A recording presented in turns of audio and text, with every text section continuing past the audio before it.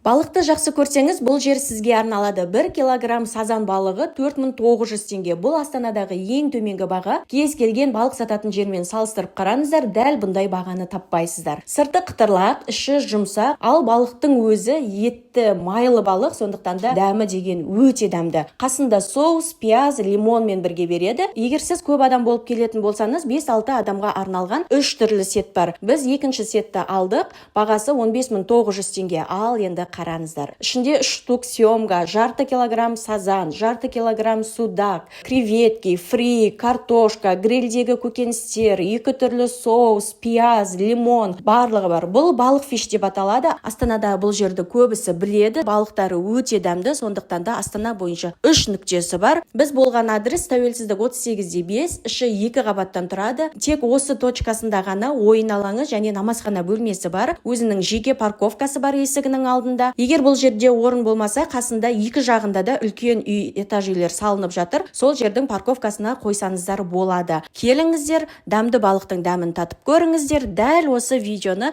Астанада тұратын таныстарыңызға жіберіп қойыңыздар.